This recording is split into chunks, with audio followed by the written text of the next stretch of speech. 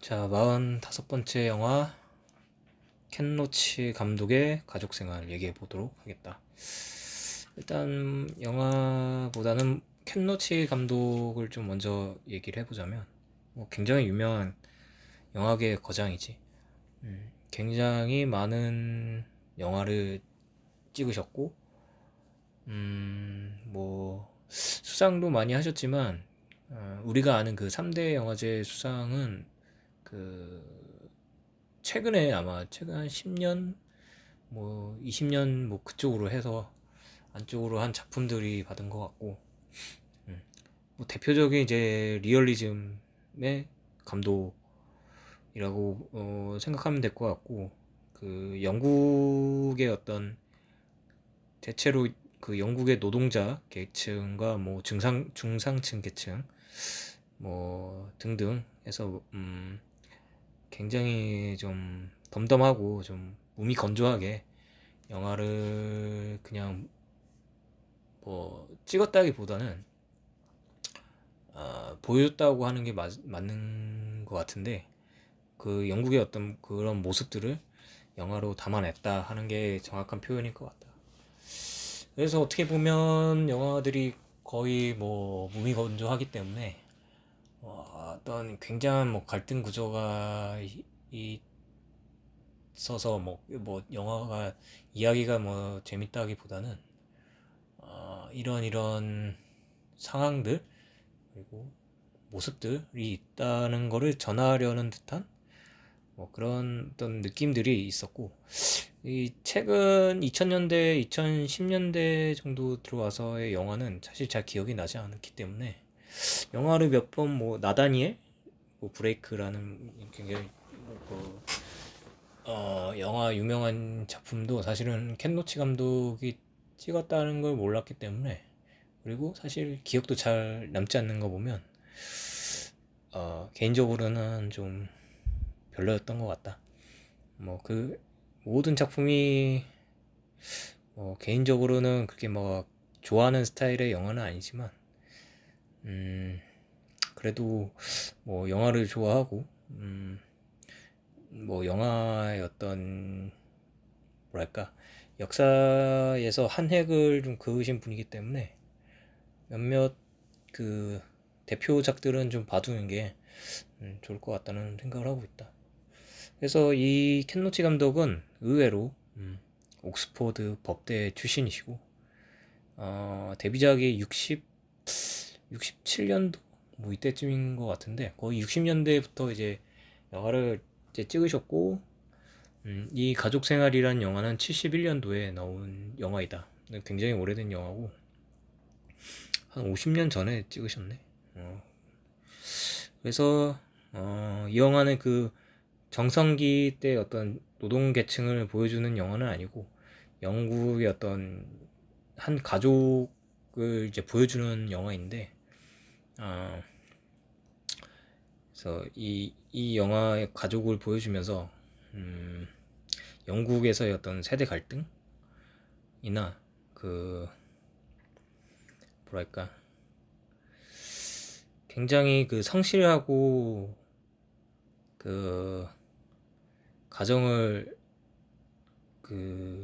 가정을 지키기 위해서 열심히 그 자녀를 키운 부모 세대의 어떤 굉장히 그 혹독하다라기보다는 깐깐한 그런 훈육법에 이제 그 자녀들의 어떤 반발심 그런 거를 좀 보여주고 있고 그래서 영국 부모라고 할 수 있는지 모르겠지만 하여튼 그 당시 부모들은 그냥 평범하게 특출나진 않아도 그냥 평범하게 나처럼만 살아라 아끼고 해서 그렇게 살기를 원하고 사고 치지 않고 그렇게 살기를 바라지만 옆에 집 이웃집처럼 하지만 이 자녀들은 그렇게 생각을 안 하고 오히려 좀 히피적인 좀 어떤 색깔을 갖는 경향이 있고 그래서 그 사이의 어떤 갈등을 이제 보여준 영화고. 아, 근데 사실 영화를 보면 이제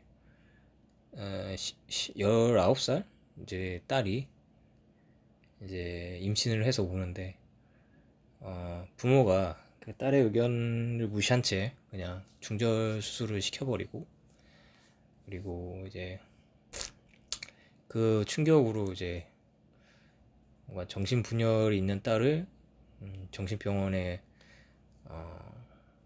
보내버리는 뭐 그런 이제 상황이 연출이 되는데, 이 상황만으로도 사실 나는 그 딸이 부모한테서 어떤 신뢰를 잃을 수밖에 없는 그런 어떤 상황들이 아닌가라는 개인적으로 생각하고, 이것이 어떤 뭐 부모 세대와 자녀 세대의 갈등을 초래했다기보다는 이거는 뭔가 좀 잘못된 그런 방식이라고 생각이 드는데, 이게 어떤 세대 간의 갈등과 연결 지어 볼 수 있는 상황인지는 사실 좀 의문이긴 하다. 그리고 이거는 이제 개인적인 생각이지만, 항상 나는 어, 누구나 뭐 누구나 이제 잘 살고 싶어하고 어떤 분야에서 성장을 하고 싶어하고 뭐 등등, 일단은 계속 이제 성장 위로 올라가고 싶어하는 어떤 욕구들이 있는데, 분명히 이거를 저해하는 게 나는 부모의 부모라고 난 생각을 하는데, 개인적으로 부모의 입장도 사실은 이제 나이가 들면 이해가 가긴 하는데, 어, 뭔가 도전하고 깨진다는 거는 사실 뭐랄까 크게 다칠 수 있는 어떤 위험 요소들이 있기 때문에 그냥 안정적으로 살기를 바라는 게, 그러니까 본인들은 다 경험을 해봤기 때문에 그게 얼마나 비참할 수 있는지, 실패하면 도전에 실패하면 어, 자칫하다간 최악으로 다다를 수도 있다는 거를 이 경험으로 알기 때문에, 자녀들한테는 이제 그냥 평범하고 안정적이게 살기를 바라는 어떤 심정은 이해를 가지만, 그것이 너무 심할 때는 어쩌면 자녀의 성장에 크게 이제 악영향을 끼칠 수 있다는 거를 알고 있다. 그래서 어, 자식이 좀 잘 되기를 원한다면 사실은 간섭을 크게 안 하는 게 가장 좋다고 난 생각을 하는데,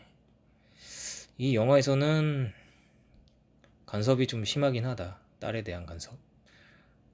그래서 딸은 여기서 좀 벗어나려는 행동들을 좀 하고 있고, 그것이 이 영국의 어떤 가정뿐만 아니라 사실은 우리나라에서도 뭐 그런 일들이 빈번하게 일어나고 있고, 이 딸의 행동은 사실 조금 심한 사춘기 소녀의 모습을 좀 보여주고 있고, 어쩌면 시간이 지나면 조금 나아질 수 있는 상황이지만, 조금 뭐랄까 감독은 좀 극단적으로 상황을 좀 몰고 가는 그런 연출을 한 것 같고, 아무리 생각해도 그 중절 수술가, 그 정신과 치료를 받는 어떤 그런 상황들은 음, 좀 메시지를 이 다이렉트로 말하는 거에 좀 맞지 않는다는 생각을 개인적으로 하고 있다. 그래서 영화가 재밌냐 하면 솔직히 좀 재미는 없고, 영화의 분위기는 이후의 어떤 작품들과 마찬가지로 조금 건조하다. 영화 건조하고, 크게 막 뭐랄까 뭐 이렇게 기승전결이 있는 이야기의 어떤 짜임새는 아니기 때문에, 어떻게 보면 많은 사람들이 좀 재미없어 할 수 있을 것 같은 그런 영화고, 뭐랄까 어떤 영화계 사조, 리얼리즘 사조에 있어서는 좀 영화 역사에 남겨질 법한 영화인 것 같긴 하다. 이상 끝.